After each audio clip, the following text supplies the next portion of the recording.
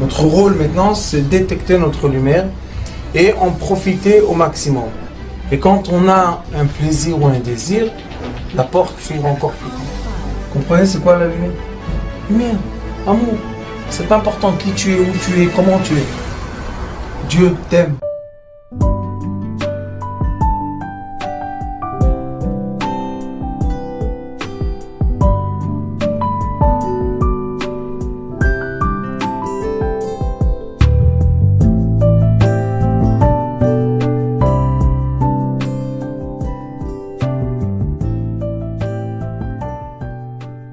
Et on se pose une question, pourquoi l'habit est tellement important?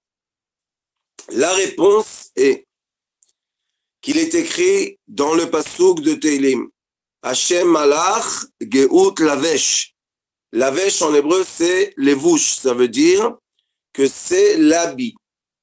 Et l'habit, c'est le champ électromagnétique qui se crée autour de la personne d'après les habits qu'elle porte.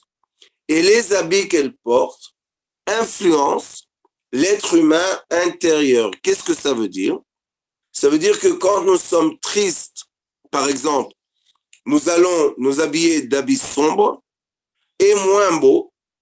Et quand on est heureux et joyeux, on va chercher plutôt des habits clairs et beaucoup plus beaux. Donc, l'habillement, la façon dans laquelle la personne s'habille, influence et représente la personne intérieure qu'elle est, et aussi c'est le champ électromagnétique qui donne, qui est le message qu'on va transmettre à ceux qui nous entourent. Donc, l'habit est l'intermédiaire de l'être intérieur et l'être extérieur. Et l'habit est tellement important que la Torah a donné plusieurs endroits dans lesquels elle parle de l'habit des prêtres et de l'habit en général des êtres humains. Nous avons aussi dans le Shulchan Aruch, le deuxième Orach Chaim, le deuxième chapitre, il parle de Levouch Adam. Tout de suite après la façon dans laquelle on va se lever le matin, on a Din Levishat Bgadim. Donc ça veut dire qu'on doit tout de suite, quand on se lève, se habiller, se rehabiller. Se rehabiller de quoi? Les habits de la nuit doivent être changés par les habits de la journée. Parce que sur les habits de la nuit, nous avons eu une présence négative. Et maintenant, on veut changer ce champ électromagnétique de nuit et on veut avoir un champ électromagnétique de jour, de nouveauté, de rayons de soleil, de l'amour et de la joie et de la réussite. Donc l'habit est quelque chose de très important. Mais le grand secret que la Torah nous dit est, dans cette paracha, que l'habit extérieur qui est, comme je vous ai dit, le klipat noga, qui est la paroi entre l'être intérieur et le champ électromagnétique extérieur. Ça veut dire que si nous changeons les habits ou la façon dans laquelle on s'habille, influence de façon directe le champ électromagnétique, cela veut dire le message que les gens reçoivent de nous. Et c'est pour ça que c'est tellement important. Si vous allez regarder toutes les nations du monde, vous allez voir, plus la personne est importante et plus ses habits sont chers. Et plus la personne est simple dans la hiérarchie de la société et plus ses habits sont pauvres. Est-ce que c'est important d'avoir des habits? Oui, la Torah nous dit qu'on doit être habillé comme les ministres.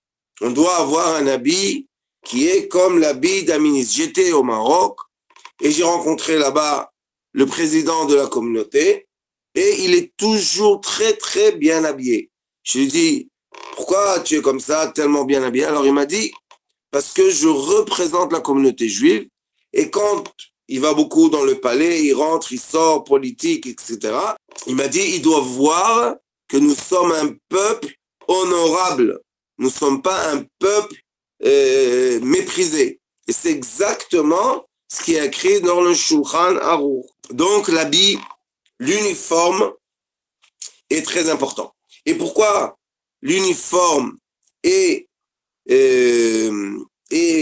connecté à ce qu'on étudie dans Sha'arei Kedusha? Parce que l'uniforme de l'être humain, la façon dans laquelle il est habillé, les signes qu'il porte sur lui, comme pour les filles, pour les jeunes filles, pour les femmes, les boucles d'oreilles, comme malheureusement aujourd'hui, c'est devenu une mode affreuse d'esclavage, le tatouage, comme les couleurs des habits, comme les marques des habits, ça, qu'on veuille ou qu'on veuille pas, sans, c'est pas consciemment, mais des fois ça vient du subconscient, on choisit les habits d'après l'état d'humeur dans lequel on est. Et non seulement l'état d'humeur dans lequel on est, mais aussi on choisit les habits d'après notre conscience, notre caractère maintenant qui est fort. Si quelqu'un est nerveux, il va s'habiller d'une certaine façon. Si quelqu'un est méticuleux, il va s'habiller d'une autre façon. Si quelqu'un est joyeux, il va s'habiller d'une façon. Donc l'habit est un message, est un discours et l'intermédiaire entre les êtres humains. Alors on continue ce qui est écrit ici. La polarité s'est renversée. Et je pense que c'est très important que chacun de nous comprenne qu'on parle de polarité inverse et on ne parle pas de polarité différente. Il y a une très grande différence parce que les gens, malheureusement, par l'éducation moderne et les films surtout, on nous donne l'illusion qu'on peut être quelqu'un d'autre. On ne peut pas être quelqu'un d'autre. On est né comme on est né, avec les caractères qu'on est né, et c'est qui on est. Mais on a la possibilité, et ça c'est un travail de vie à faire, de renverser les polarités négatives en polarités positives. C'est tout ce qu'on doit faire. Et aussi, garder les polarités positives stables qui se renversent pas en polarité négative. Donc le travail est autour d'un point, comme les aiguilles d'une montre, c'est autour d'un point qui doit être stable. Ce point-là, on l'appelle le point zéro. Pour atteindre le point zéro, pour avoir la connaissance de cet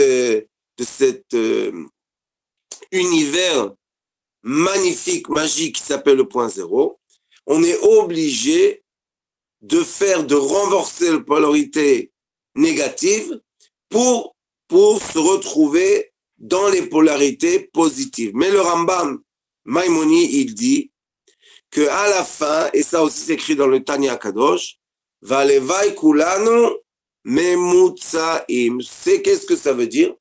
Qu'après que j'ai réussi à renverser la polarité au côté positif, maintenant je veux me positionner dans le point d'équilibre qui est le point zéro. Et là-bas, dans ce point-là, Baruch Hashem, je suis dans l'équilibre de mon caractère, je suis dans l'équilibre financier, je suis dans l'équilibre des émotions, je suis dans l'équilibre de mes paroles, je suis dans l'équilibre dans lequel je m'habille, je suis dans l'équilibre de ce que je mange. Les quantités que je mange et la qualité de ce que je mange. Il y a des gens qu'une fois ou deux fois par an, ils vont aller à l'extrémité polaire de la nourriture et ils vont se nettoyer le corps complètement. Ça prend à peu près un mois. Il y a toutes sortes de façons. Regardez sur Internet et parler avec quelqu'un qui s'y connaît, ne pas faire des bêtises qui sont dangereuses. Et on a jeûné beaucoup. Après, on a les jeûnes de 10 jours entre Rosh Hashanah et Yom Kippour. Ça veut dire que le jeûne, le nettoyage du corps est important. Mais après, il y a les fêtes. Et pendant les fêtes, oui, on doit manger. Donc, on voit qu'il y a un équilibre. Et la chose la plus importante dans notre vie, c'est de trouver l'équilibre.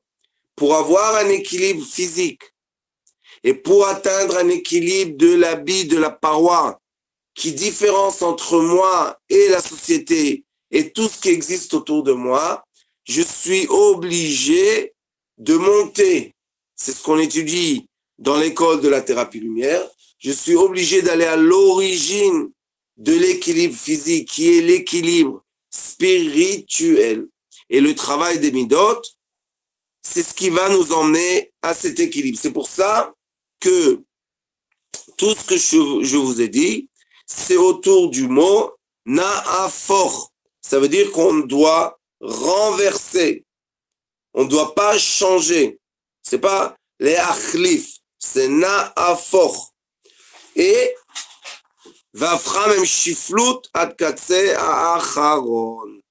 Et l'inverse de la ga'ava, qui est très, très, très dangereuse, on en a parlé, parce que ça fait du mal à la personne aussi qui a de l'orgueil.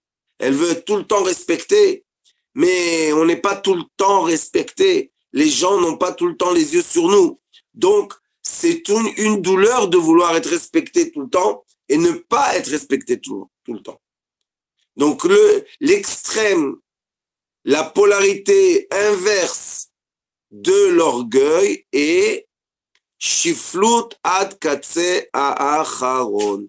Ça veut dire que je dois être capable de m'effacer totalement, à un tel point que je vous dis que ce ne sont pas des paroles, mais une réalité, qu'on peut tellement être effacé, qu'on peut être dans une chambre et que personne se rappelle qu'on était dans la chambre. À ce point, on peut être dans l'extrême polaire de l'orgueil qui est s'effacer complètement, totalement. Je suis obligé de vous dire qu'il y a des exercices de faire pour s'effacer. Le problème des gens qui ont de l'orgueil, qui essayent de s'effacer, c'est qu'ils s'effacent vis-à-vis des gens qui sont autour. Ça veut dire que même quand ils s'effacent, leur pensée est « qu'est-ce qu'on pense de moi ?» C'est ça le problème des gens avec l'orgueil. C'est tout le temps « qu'est-ce qu'on pense de moi ?» Qu'est-ce qu'on dit de moi? Mais en vrai, pour s'effacer, écoutez ce qu'il faut faire. Nous avons deux relations constantes et intérieures. Nous avons toujours la relation entre la société qui nous entoure et nous avons la relation, si on arrive à la trouver, c'est la relation avec les cieux. Et pourquoi je dis les cieux et pas le cieux, l'unité? C'est parce que dans les cieux, nous avons aussi des forces qui sont d'un côté le côté de la miséricorde, en face la rigueur, au milieu le juste milieu, qui est les attributs qu'on veut arriver à atteindre, le juste milieu. Et au-delà de tout, quand on arrive à lever notre conscience au-delà de tout, oui, nous sommes dans l'unité totale qui s'appelle la couronne, le Keter. L'étude des sphirotes peut être l'étude de Kabbalah classique, mais l'étude de Kabbalah classique, si ça nous emmène à aucun changement de comportement, c'est pas bien. Ça déforme la personne. Donc, l'étude de Kabbalah classique doit nous emmener à la compréhension de notre comportement. On doit comprendre comment on doit se comporter. Et est-ce que je suis tout le temps en référence avec tout ce qui m'entoure, comment on me voit, qu'est-ce qu'on pense de moi, et de quoi j'ai l'air, est-ce que je fais bien mon travail. Tout cela, c'est la référence normale qu'une personne a avec la société qui l'entoure. Mais nous avons une deuxième référence qui n'est pas moins importante, peut-être plus, c'est la référence avec l'esprit supérieur. Ça veut dire que maintenant, par exemple, je suis dans une chambre et on le fait beaucoup dans notre vie, on ne fait même pas attention, mais quand vous allez comprendre ça, vous allez faire très attention.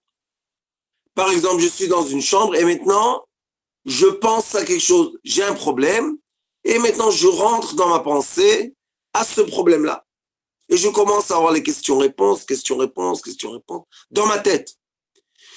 Et je me suis éloigné complètement, malgré que j'ai les yeux ouverts, malgré que j'ai les oreilles ouvertes, je me suis éloigné complètement de l'endroit dans lequel je suis, dans mon esprit.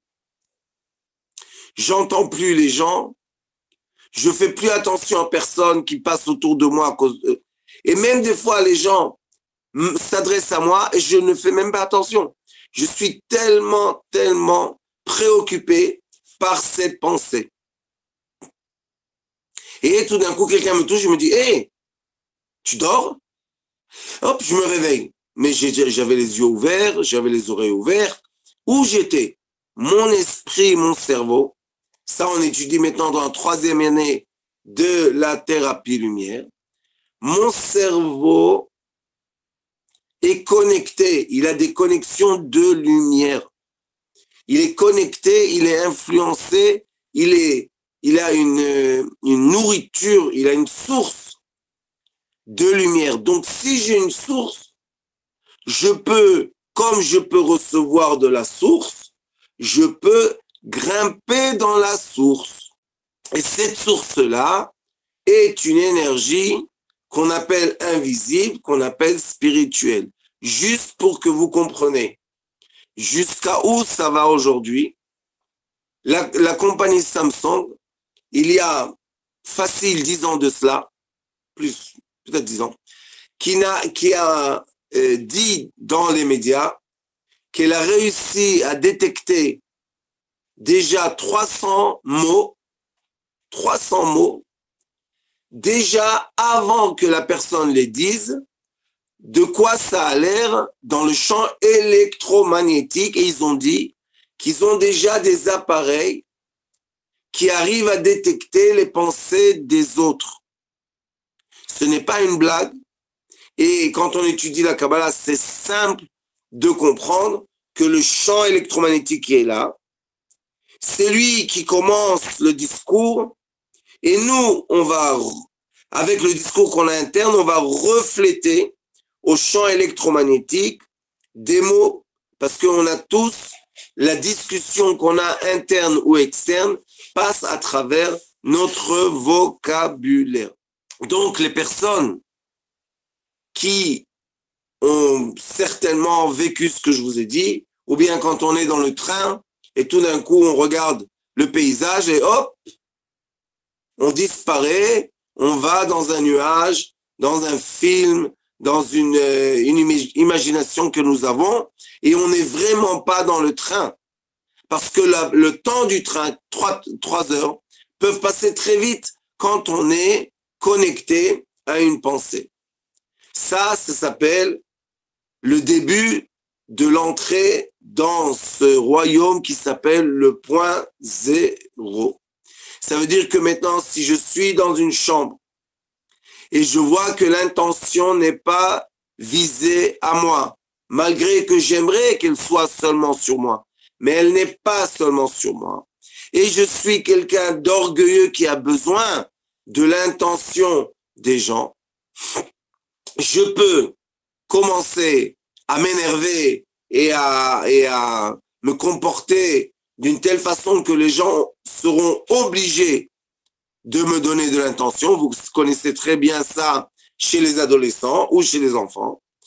Mais on peut d'un autre côté comprendre que nous sommes en société. Dans une chambre, il y a plusieurs personnes. Et l'intention passe d'une personne à l'autre. Donc, qu'est-ce que je peux faire? Sachez que les gens orgueilleux ou les gens qui ont besoin d'intention, c'est vraiment une torture. C'est une torture pour eux d'être dans un endroit que pas toute, je précise, toute l'attention est vers eux. C'est vraiment une torture. Donc, qu'est-ce qu'ils vont faire? Ils vont créer des disputes. Ils vont créer des discours inutiles. On n'a pas besoin de ces discours maintenant, mais ils vont les créer. Pourquoi tout ça? Pour être au milieu de la discussion, être le centre de cette rencontre entre les êtres humains. Mais ça fait du mal. Ça fait du mal à ceux qui nous entourent et ça nous fait du mal à nous aussi. Parce qu'après que les gens s'en vont, les paroles ne sont pas tellement bonnes sur nous. Et après, on ne comprend pas pourquoi. Je vous dis, la raison est que l'énergie de l'intention, c'est comme une baguette magique d'une fée. Ça doit toucher la tête de tout le monde. Tout le monde veut un peu ou plus d'intention. Sauf que si on est acteur, ou bien si on est sur une scène, ou bien si on va donner un discours quelque part, oui, les gens doivent être attentionnés. Mais même quand on donne un discours, par exemple dans une classe, dans une école, dans une synagogue, je ne sais pas où, pas tout le monde réussit à être attentionné. C'est pour ça que un des talents des orateurs est d'arriver à attraper, à attirer l'intention de tous ceux qui sont dans la chambre et qui entendent ce qu'il dit. Ça, c'est le orateur doué. Les gens sont magnétisés au centre de la chambre. Et il y a des orateurs qui sont moins doués, mais qui sont très, très intelligents. Et ils vont avoir un autre mécanisme pour attirer l'intention des autres. Mais si nous sommes maintenant dans l'audience, on n'est pas maintenant le orateur, on a fini notre discours, maintenant on doit s'asseoir par politesse et entendre un autre orateur. Mais ça ne nous intéresse pas du tout ce qu'il dit. Même ça nous ennuie. Si on commence à s'ennuyer, on va commencer à chercher de l'attention autour de nous et on va déranger le orateur qui est sur scène.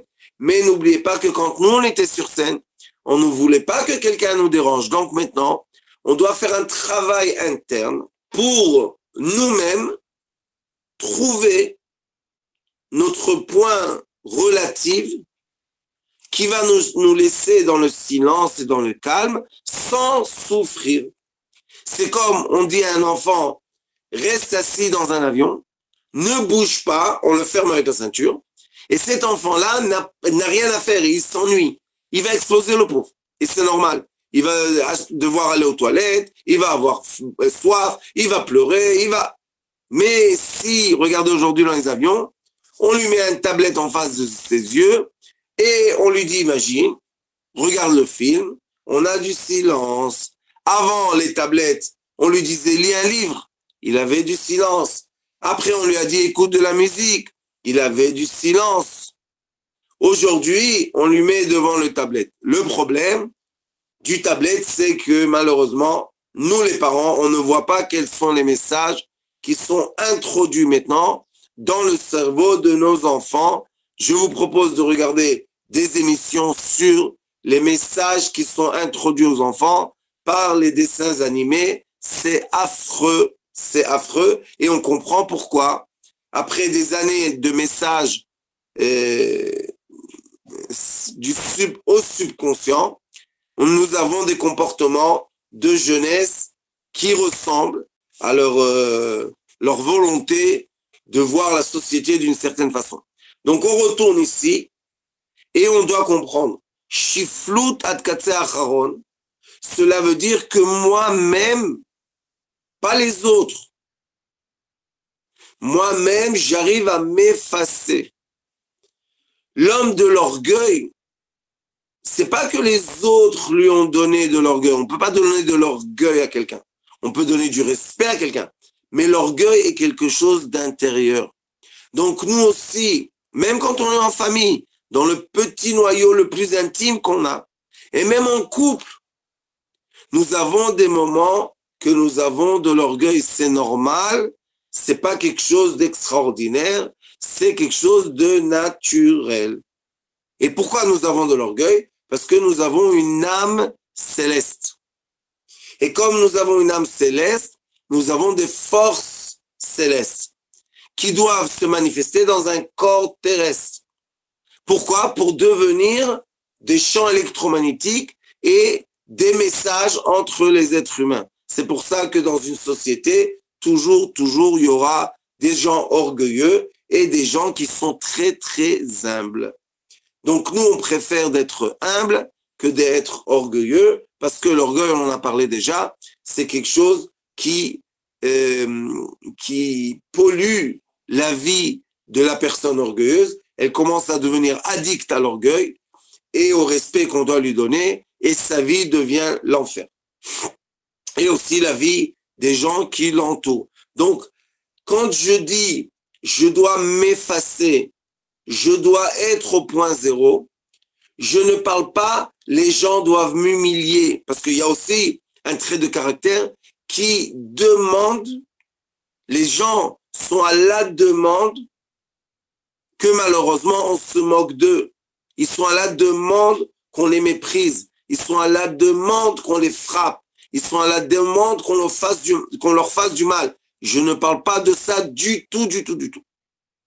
Ça, malheureusement, c'est du masochisme. Ça veut dire que la personne est rentrée maintenant dans un trip dans sa tête qu'elle doit souffrir, elle ne mérite pas, elle doit on lui fait du mal, elle mérite qu'on la torture. Non. Moi, je parle d'un autre univers. C'est un univers très, très positif. C'est un univers dans lequel je me retrouve en face de moi et j'arrive à élever ma conscience à des niveaux d'union. Le Zohar HaKadosh dit que le travail d'une personne pieuse est de unir, ça s'appelle Achdut, unir les lettres célestes qui représentent les noms célestes. Ça veut dire qu'on doit, dans notre tête, je parle d'homme, on doit tout le temps unir les lettres célestes. Qu'est-ce que vont faire les femmes? Elles vont dire, par exemple, Shema Israël, Hashem Elokeinu, Hashem Echad. Echad, on doit voir les lettres. Aleph, Chet, Dalet. On doit voir les lettres. Et quand on commence, comme j'ai expliqué dans les cours du Baal Shem Tov de la prière en français, quand on commence à se concentrer sur l'union des lettres, sachez qu'on passe vraiment de fréquence. On passe d'atmosphère. On n'est plus dans la chambre avec les autres. Notre corps physique y est. Mais même notre corps physique peut arriver à un degré que les êtres humains ne ressentent plus notre présence. On dérange plus les gens qui sont autour de nous. On ne crée plus de fréquences qui s'appellent parasites. Je ne sais pas si vous vous rappelez, mais il y avait une époque qu'il y avait des radios. Et la radio, l'antenne captait toutes sortes de champs électromagnétiques. Et des fois, on entendait dans la radio gzz, gzz, gzz. Ça, c'était des parasites. Ça veut dire que l'antenne captait quelque chose, mais c'est pas la chose qu'elle doit capter maintenant. Ou bien ce sont des sons qui viennent perturber l'onde dans la fréquence à laquelle on doit capter, qui est notre chaîne de radio. Donc, on a la même chose dans notre cerveau. On peut être connecté bien à notre chaîne radio, qui est une pensée, qui est se projeter, qui est stam, un rêve, qui est juste être dans le calme. On a toutes sortes de chaînes radio magnifiques. Et tant qu'on est dans la chaîne radio, on n'est pas dans le physique, sachez qu'on est dans ce qu'on appelle Shiflut Adakatse Acharon. Ça veut dire que maintenant, il y a même des méditations qu'on ne ressent plus le corps du tout. Mais on est dans la chambre. Donc, on peut arriver à ça. C'est des exercices qui ne sont pas tellement difficiles, mais ceux qui arrivent à exercer le point zéro, le bonheur du point zéro est que tu le prends avec toi partout. Ça veut dire où tu es, quand tu es, dans l'endroit que tu peux vraiment t'effacer. Et les gens qui sont dans des missions un peu bizarres sont obligés d'avoir la capacité de s'effacer, sinon ils créent autour d'eux trop de bruit et la mission va échouer malheureusement. Donc, savoir s'effacer, c'est exactement l'inverse de l'orgueil. Mais, quand on est en mission très importante, n'oubliez pas que nous avons un rôle.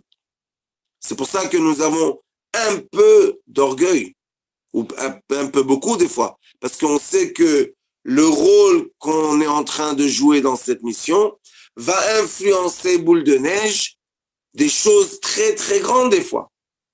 Donc, j'ai une certaine orgueil, mais les gens qu'on entraîne pour des missions, on les entraîne à être capables de complètement s'effacer et être concentrés complètement dans la mission et non pas vouloir chercher tout le temps la récompense. Et sachez, malheureusement, j'ai eu l'expérience avec certaines personnes qui ont ce problème d'orgueil. Sachez qu'ils vont faire les missions très bien. Ils vont construire très bien. Mais tout le temps qu'ils construisent, on est obligé de les nourrir d'orgueil. Tuer. Le jour, écoutez bien ce que je vous dis parce qu'il faut faire très attention à ça. Le jour d'une personne dévouée, que cette personne dévouée fait une mission très bien, je vous dis de quelque chose très bien. Le jour qu'elle n'est plus au centre, le problème de ces personnes-là, c'est qu'ils ne vont pas laisser la place. Ils ne vont pas donner à l'autre la place d'être à leur place. Non, ils vont détruire avant qu'ils vont partir. C'est ça le problème. Le problème, c'est que c'est très bien. Tu as construit, oui. Je t'ai payé, oui. Tu as reçu du respect, oui. Oui, mais maintenant, c'est fini. Tu dois laisser ta place à quelqu'un d'autre. Avant qu'ils laissent leur place, et même après, ils sont dans un cheminement, ils sont dans une route, malheureusement, qui détruisent. Quand je vous dis détruire, ils sont capables de détruire jusqu'à la dernière brique qu'ils ont mis dans le mur. Alors ces gens-là, malgré qu'on pense qu'ils sont très efficaces, on ne voit pas le long terme, on ne voit pas le futur dans lequel si on ne va pas les laisser dans l'organisme, et des fois ils ont fini leur mission, donc au lieu d'être utiles et efficaces, ils deviennent du poids, on doit leur payer pour rien. Et c'est un problème très difficile parce qu'il faut accepter la destruction de tout ce qu'ils ont fait. Donc on a perdu énormément de temps et on a perdu énormément d'énergie et c'est très désagréable de travailler avec des gens qui ont de l'orgueil. Mais d'un autre côté, on sait très bien qu'on doit récompenser les gens qui font un travail difficile. Donc la récompense doit se manifester dans le paiement. On doit leur donner le salaire qu'ils méritent. On ne peut pas leur donner trop d'importance. Et sachez que dans les grandes entreprises en Israël, au moins ce que je connais, c'est qu'ils changent tous les 4 ans, comme les mairies, comme dans les présidents, ils changent la tête. Il change le CEO. Je ne sais pas comment on dit en français, mais c'est le chef de l'entreprise, pas le propriétaire. Je parle d'un chef d'entreprise. Tous les 4 ans, il change les chefs d'entreprise. Pourquoi? Parce qu'à un certain moment, le chef de l'entreprise a emmené l'entreprise à un certain niveau de développement et on voit, écoutez bien ce que je vous dis parce que j'étais là-bas, quand on étudie le changement positif de l'entreprise, on voit qu'à un certain degré, que c'est la capacité du chef d'entreprise, ça se bloque, ça bouge plus. Ça veut dire, oui, il y a des entrées, mais on voit qu'il n'y a plus de croissance. Là, on commence à interroger et vérifier et on voit que les gens qui travaillent dans l'entreprise ou les gens qui travaillent avec l'entreprise commencent à dire que le chef d'entreprise dérange l'entreprise à se développer. Mais comment c'est possible de le dire quand on a un chef d'entreprise présent qui a donné la croissance de, par exemple, 15% de l'entreprise? C'est énorme, c'est énorme. Donc, il a fait un travail énorme. Mais maintenant, ça s'est bloqué. Et vous savez qu'une entreprise, c'est une machine. C'est l'industrie. Mais ça peut être le high-tech, ça peut être le téléphone, mais c'est une industrie. On est obligé de rentrer de l'argent pour sortir de l'argent. C'est comme ça. Donc, si lui, il bloque les entrées, parce qu'il ne peut plus, il n'a plus la capacité d'aller au prochain degré. Alors, on fait plusieurs choses. Ou bien on l'envoie dans des séminaires, qui rencontrent des gens de prochain degré, qu'il essaye à adapter des nouveaux modes et techniques de travail, il essaye d'élever l'entreprise, mais il n'arrive pas. Et sachez, je vais vous dire une chose vraie, qui est le résultat d'études d'énormément d'années. Vous savez qu'il y a les entrepreneurs. C'est les gens qui sont les yazamim en hébreu. C'est les gens qui commencent de rien une idée magnifique. Il y a un terrain vague. Dans 4 ans, il y aura un immeuble de 40 étages. Vous savez que ces gens-là, ils ont un rôle mesurable dans le développement de l'idée à la construction, à la réalisation. Vous savez que ces gens-là même, à un certain moment du développement de l'entreprise qu'ils ont eux-mêmes créée, ce sont les gens qui détruisent leur propre entreprise. Pas parce qu'ils veulent la détruire, parce qu'ils n'ont plus la capacité de faire le travail présent, de maintenir, de faire la comptabilité. Ils n'ont pas les nerfs pour ça. Donc, qu'est-ce qu'ils font? Ils méprisent ces choses-là, qui sont, comme on sait tous, les choses essentielles pour tenir une entreprise ou une idée à long terme. C'est pour ça qu'il faut comprendre, quand on est entrepreneur, il faut comprendre et il faut avoir le moment et la maturité de mettre à sa place un vrai directeur, quelqu'un qui est vraiment capable maintenant de prendre l'entreprise à la stabilité de l'entreprise. C'est très facile de créer les choses, mais c'est beaucoup plus facile de les maintenir. Vous savez combien de temps ça prend pour avoir un enfant? C'est un moment de plaisir. Mais combien d'années il faut pour s'occuper de lui, pour faire attention à lui, vous savez combien de temps il faut? Un laps de temps de vie, parce que ça finit jamais. On a un enfant, tant qu'on est parent-enfant, on va avoir des allers-retours avec nos enfants, les aider, les aimer, être aidé, permettre, ne pas permettre. Mais combien de temps ça a pris pour emmener l'enfant? Un moment de plaisir. C'est exactement comme l'entrepreneur est celui qui doit maintenir la compagnie. Et c'est pour ça qu'il y a des compagnies qui sont très appréciées dans le monde Pourquoi? Parce que ces compagnies-là, ces marques-là, tiennent des années, des centaines d'années. Coca-Cola, les grandes entreprises, c'est pour ça qu'elles sont tellement fortes. Parce qu'elles sont maintenues pendant nombreuses années.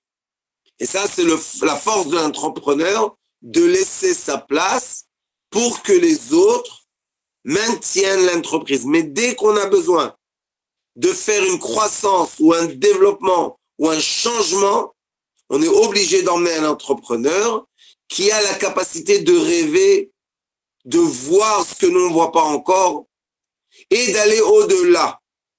Mais dès qu'il va élever l'entreprise au prochain palier, il doit se retirer pour donner la place à la direction. Je vous dis, faire attention, beaucoup d'entrepreneurs ont de l'orgueil.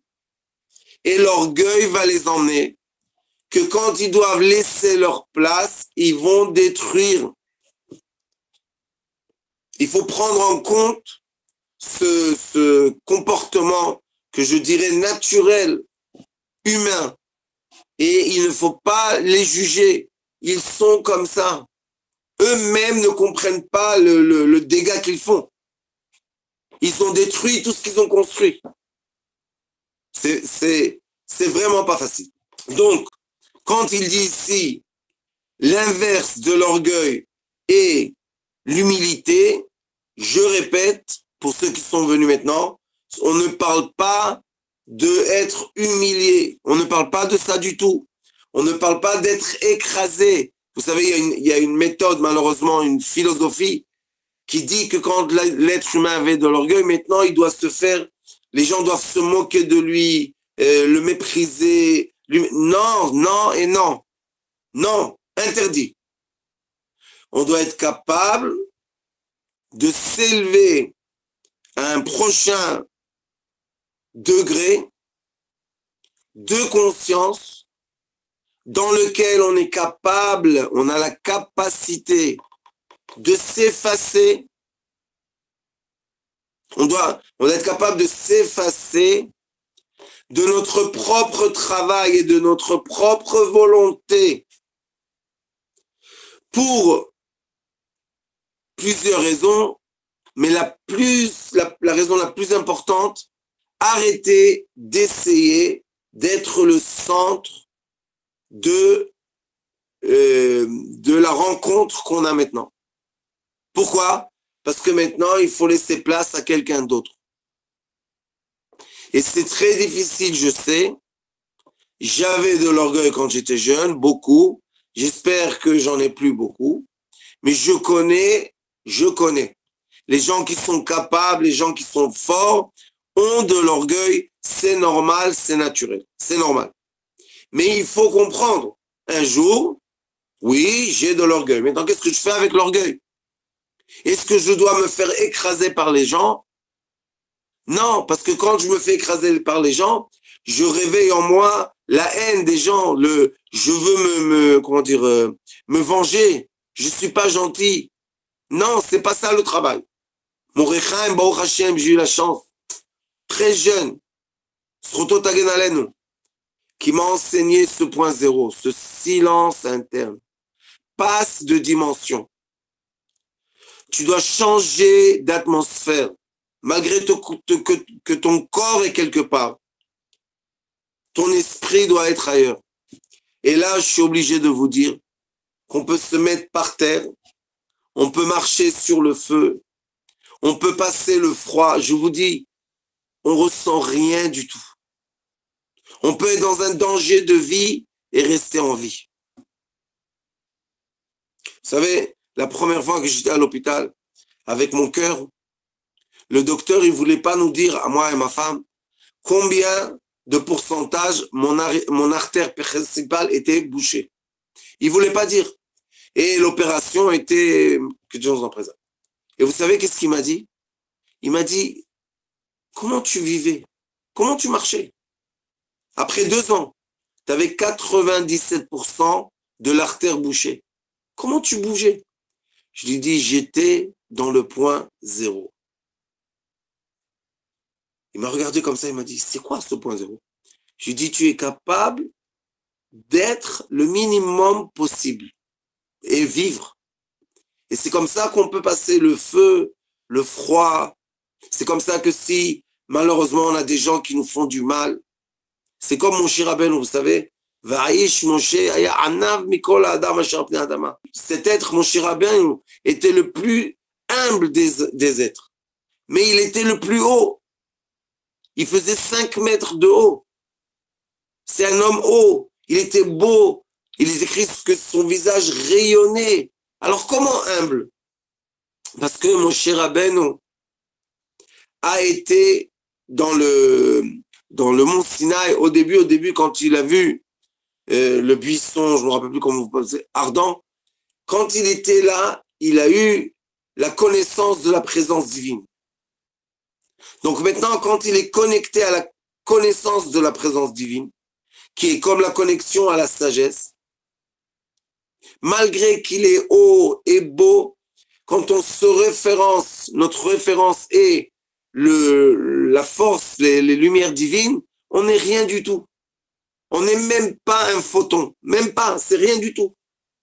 Alors on peut être d'un côté grand, beau, fort, capable, sage, tout ce que vous voulez, mais dès que je me référence à la lumière, ça y est, je suis dans la paix. Pourquoi je suis dans la paix?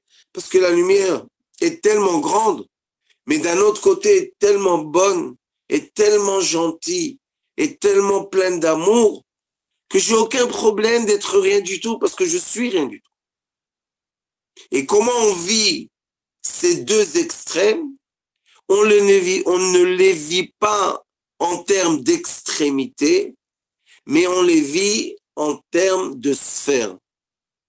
Quand je suis dans la sphère physique autour de moi, j'ai énormément de volonté, de besoin d'exister, de me montrer, qui est le comportement de l'orgueil.